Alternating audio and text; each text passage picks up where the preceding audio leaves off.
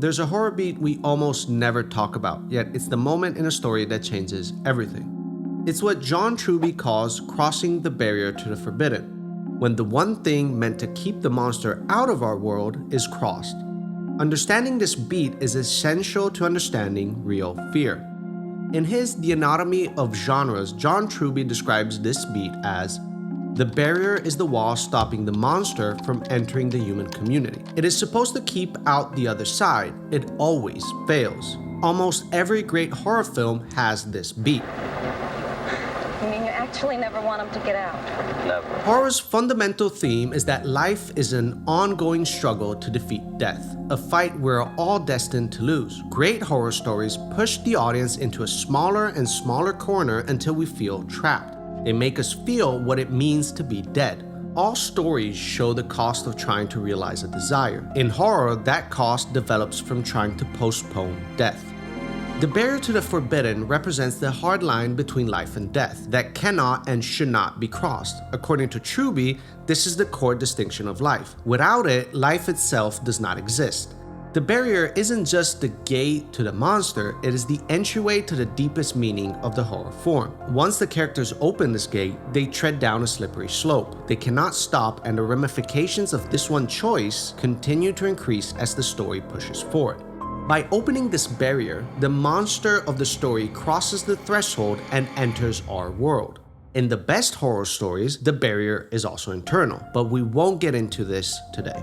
This beat should not be confused with the crossing of the first threshold from the hero's journey. This beat, which usually coincides with the first turning point where the hero crosses into the field of adventure, leaving the known limits of their world and venturing into an unknown and dangerous realm where the rules and limits are unknown. In simple terms, this is basically when Frodo leaves the Shire and Luke Skywalker leaves Tatooine. In Carpenter's first Halloween, the barrier to the forbidden beat occurs between the 7th and the 11th minute marks, when psychiatrist Dr. Loomis drives with Nurse Chambers to the sanitarium where Michael is incarcerated, to escort him to a court hearing. After Loomis exits the car to unlock the main gate, Michael jumps on the roof and attacks Marion. She runs from the vehicle, allowing Michael to steal the car and drive away. The screenplay describes the sanitarium as a cold-looking building surrounded by a fence, but the mise-en-scene is even more disturbing. Patients wandering in white robes under the rain make it feel like a vision of hell. It seems like a place that doesn't belong to our world.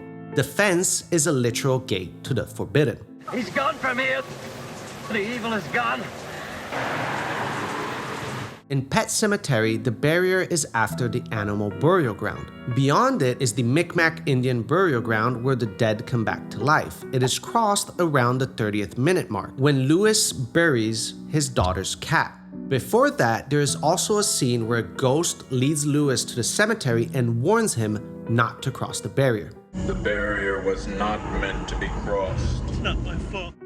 But great stories get creative with this beat. In It Follows, for example, the barrier is crossed around the minute 16, when the main character Jay has sex for the first time in her boyfriend's car. In this story, sex is what awakens the monster, and the monster can only be defeated by having someone new cross that same barrier. Scream is also creative with this beat. Ghostface, the monster, crosses the barrier and enters our world in the opening sequence, when Casey answers the phone to a total stranger and accepts his game. Well, I'm getting ready to watch a video. Really? What? Oh, just some scary movie. You like scary movies? Uh-huh. What's your favorite scary movie? I don't know. You have to have a favorite. What comes to mind? Halloween. The barrier in The Thing is crossed by the Norwegian scientists in their own research station, and the monster hunts the main characters when they kennel the sled dog that was running from the Norwegian helicopter during the opening image of the film. In Fear Street Part 1, 1994, the barrier is crossed around the 25th minute mark, when the main character Sam unwillingly bleeds into Sarah Fier's grave after a car crash. Stranger Things also has this beat. After all, one of its genres is horror. We see the first consequence of this crossing in the pilot episode during the opening image when we see a scientist attempting to escape from an unseen monster. He makes it to the elevator but is attacked and killed by the creature. During the first season, we see the scientist opening a literal barrier to hell in a lab on the outskirts of the town of Hawkins. Each season has its own crossing the barrier to the forbidden major beat. What all these examples reveal is that the beat isn't just another structural beat. It is the point where horror declares itself. The moment the story commits to consequences that cannot be undone. And yet, for how fundamental it is, this beat often goes unnoticed and is rarely talked about. We talk about jump scares, final girls, screams, monsters, plot twists, everything except the quiet hinge where the story truly turns. But once you start looking for it, you realize it's in every great story.